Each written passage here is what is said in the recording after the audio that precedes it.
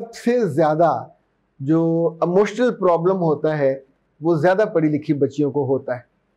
अगर थोड़ी समझ हो तो इंसान सोचता है कि आखिर इन्हीं के साथ ज्यादा क्यों होता है। जो कम पढ़ी लिखी हैं, सादा सी हैं, वो आमतौर पे मुश्किल से मुश्किल हालात में भी झील जाती हैं और वहां अपने आप को आबाद कर लेती हैं। उनकी रिस्पेक्ट, उनका इमेज जो बाहर की दुनिया में, खुद इनके दिल जो आमतौर पे इनोसेंट होते हैं, इन बच्चियों ने जिंदगी में आमतौर पे गुनाह नहीं किया होता, वहां आपको दरगुजर करना है। अगर आपने रोज अदालत लगानी है अपने मियाँ की, उसकी बहनों की, उसके भाइयों की, उसकी अम्मा की और अब्बा की, और अपने लिहाज से बताना कि देखे मैं ये हूं और ये हैं, ये मेरी कदर नहीं करते, ये मुझे प्रोटोकॉल नहीं देते, मुझ जैसी आला दर्जे की मलिका को और शहजादी को काम कहते हैं, हाउ डेयर।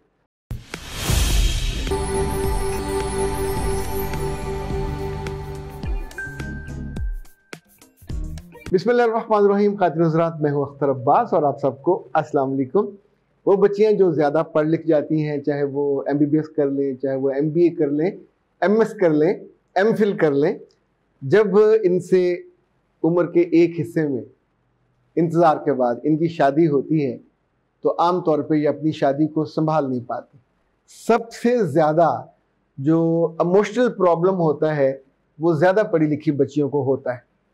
अगर थोड़ी समझ हो तो इंसान सोचता है कि आखिर इन्हीं के साथ ज़्यादा क्यों होता है। जो कम पढ़ी लिखी हैं, सादा सी हैं, वो आमतौर पे मुश्किल से मुश्किल हालात में भी झील जाती हैं और वहाँ अपने आप को आबाद कर लेती हैं। लेकिन अगर आप डॉक्टर हो तो आप सोचिए कि हर दूसरी तीसरी डॉक्टर का घर क्यों बर्बाद हो रहा है, और ये किसी और की वजह से नहीं होता। जिस लड़के से उसकी शादी होती है बिलअमूम 90% खुद उसकी पसंद का होता है। सीनियर होगा, क्लास फेलो होगा, कोई उसी की कम्युनिटी का होगा, पसंद किया हुआ, और कुछ ही महीनों के बाद पता चलता है कि मिजाज में बोदल मशरकैन है। पर ये मिजाज में बोध कहते हैं दूरी को, एक ही एंड पे, तो ये पहले क्यों नहीं नजर आता? केयर नहीं करता, इज्जत नहीं करता, मोहब्बत नहीं देता, ख्याल नहीं करता, लालची है, ग्रीडी है। ये सब इल्ज़ाम तरतीबवार आप टेक करते जाइए, जितने इस तरह के इल्ज़ाम हैं वो सब मिलते हैं, पर एंड में इल्ज़ाम सच्चे हों या झूठे हों, इन पढ़ी लिखी बच्चियों का सबसे ज़्यादा नुकसान हो जाता है। उनकी रिस्पेक्ट, उनका इमेज जो बाहर की दुनिया में, खुद इनके दिल जो आमतौर पे इनोसेंट होते हैं, इन बच्चियों ने ज़िंदगी में आमतौर पे गुनाह नहीं किया होता, कहीं फ्लर्ट नहीं किया होता, कहीं किसी गलत एक्टिविटी में नहीं पड़ी होती, मगर जो सबसे बड़ी गलती इनसे सरजद होती है वो ये कि अपने आप को ये बहुत ही ऊंचे दर्जे पे फायज करके उस नए घर में जाती, और यही ब्लंडर उनको मुंह के बल गिराता है। आपने 5 साल MBBS किया या यूनिवर्सिटी में पढ़े, ये वो जगह थी जहां सब ने आपकी इज्जत की, आपके अच्छे रिजल्ट आए, सब ने सलाम किया, मेडल पहनाए गए, हार पहनाए गए, वहाँ के जो होते हैं अखबारात उसमें आपका तस्करा भी आ जाता है। घर जाते हुए भी आप खुशी से, everybody in your life they love to celebrate your success, और जो आपके एकेडमिक्स में आप रोल ऑफ ऑनर ले रहे होते वगैरह वगैरह। लेकिन जिस जिंदगी में आप जा रहे हो वो इन सर्टिफिकेट से नहीं चलती, वो चलती है दानिश से, वो चलती है बैलेंस से, वो चलती है हिकमत से, वो चलती है दनाई से। और मैं आज आपको वो राज की बात बताने लगा हूँ कि मियाँ और बीवी जितने मर्जी पढ़े लिखे हों, जितने मर्जी अमीर हों और जितने मर्जी टैलेंटेड हों, अगर उनको दरगुजर करना नहीं आता तो रिश्ता नहीं चल सकता। कोई रिश्ता 100% आइडियल नहीं होता। यानी लड़का जितना मर्जी खूबसूरत हो, जितनी मर्जी आला दर्जे पे फायज हो, जब आप कुछ दिन उसके साथ रहते हैं तो उसको 100 नंबर नहीं दिए जा सकते। इसी तौर पे लड़की को भी 100 में से 100 नंबर नहीं मिलते।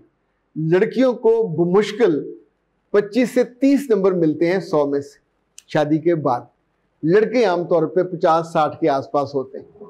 सो लड़का घर चला जाता है अगर वो चलाना चाहे, लड़की घर तुड़वा देती है जब उसका दिल चाहे कि नहीं, मुझे इतने बड़े मर्तबे पे मुकाम पे पहले रखा गया, अब क्यों नहीं रखा जाता है? मुझे ये काम क्यों कहा जाता है? मुझे घर के कामों को, मैं MBBS, मैं फलां जगह रजिस्ट्रार, मैं फलां जगह असिस्टेंट प्रोफेसर। तो ए प्यारी लड़कियों, जैसे आप अपने वार्ड में जाके वो सारे काम करते हो जो वार्ड में करने के होते हैं। आप अगर आई के हो और आंखें मैली हो, वाश करोगे, उसकी जो जो चीज़ें टेक केयर करने वाली हैं जिससे बेहतरीन ऑपरेशन हो सके वो भी करोगे। ऑपरेशन के बाद की जो टेक केयर करनी है वो भी करेंगे। इवन उसके जो लायकीन हैं, अनपढ़ हों, कम पढ़े लिखे हों, बहुत प्रोटोकॉल ना दें, तो उनकी भी तसल्ली और तशव्वी आप मेहरबान लफ्ज़ों से करते हो। आप सोचें 1-2 लाख रुपए के लिए उस जगह क्या पूरा मैनरिज्म आप जानते हो? तो जिस जगह आपने बेटा ज़िंदगी गुजारनी है, जहाँ आपके बच्चे पैदा होने, पलने बढ़ने हैं, वहाँ आप अपनी मियाँ के साथ हर रोज़ वो जो ना इट खड़का वो शुरू हो जाता है। आप उसकी किसी बात को इग्नोर नहीं करते, किसी बात से दरगुजर नहीं करते, नतीजतन वो भी आपके साथ फिर दू बदू होता है। ये मुमकिन है आप कहें कि मुझसे जेलस है, बहुत दफ़ा जेलसी नहीं होती, बहुत दफ़ा एक्सपेक्टेशन होती है कि ये पढ़ी लिखी है, समझदार है, खूबसूरत है, अच्छे घर की है। 3 लोग खूबियाँ देखते हैं ना, चौथी तो लोगों ने देखी नहीं होती कि कितनी दीनी मिजाज की, अल्लाह से डरने वाली कितनी है, अल्लाह रसूल से मोहब्बत करने वाली कितनी है, उनको फॉलो करने वाली कितनी है। क्योंकि वो बच्चियाँ थोड़ी ज़्यादा हम्बल और लीनियंट होती हैं, वो बहुत मुतालबे नहीं करती। लेकिन अब आपने खूबसूरती भी ढूंढी, आपने अच्छा ख़ानदान भी ढूंढा, अच्छी पढ़ाई भी ढूंढी, लेकिन उसके बीच में जो बॉन्डिंग होती है, देखिए जब हम पेंट करते हैं तो इवन पेंट को जमाने के लिए उसके अंदर गम डाली जाती है, उसके अंदर ये जो एक प्लास्टर ऑफ पेरिस होता है वो भी डाला जाता है।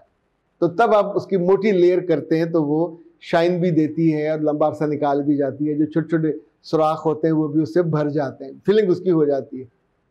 हमारी ज़िंदगी में, अज़दवाजी ज़िंदगी में, ज़ाती ज़िंदगी में, समाजी ज़िंदगी में जो छोटे छोटे सुराख हैं, कभी कभी हम्प्स भी होते हैं, उनके लिए हम ज़हनन तैयार नहीं होते।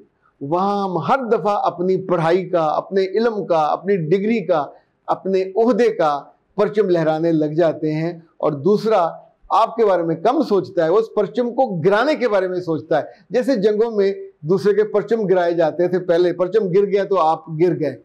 इनफैक्ट ज़िंदगी में याद रखिएगा, आपको अल्लाह जितना इल्म दे दे, जितनी खूबसूरती दे दे, जितना आला ख़ानदान दे दे, जितनी अकल दे दे, जब तक आप अपने घर में हो, इसकी हैसियत अनयूज्ड, वो जो एक अकाउंट होता है जिसमें पैसे आपके लाखों करोड़ों पड़े, किसी काम के नहीं होते, पर जब आप इन्वेस्ट करने जाते हो तो अब ये ज़िंदगी है।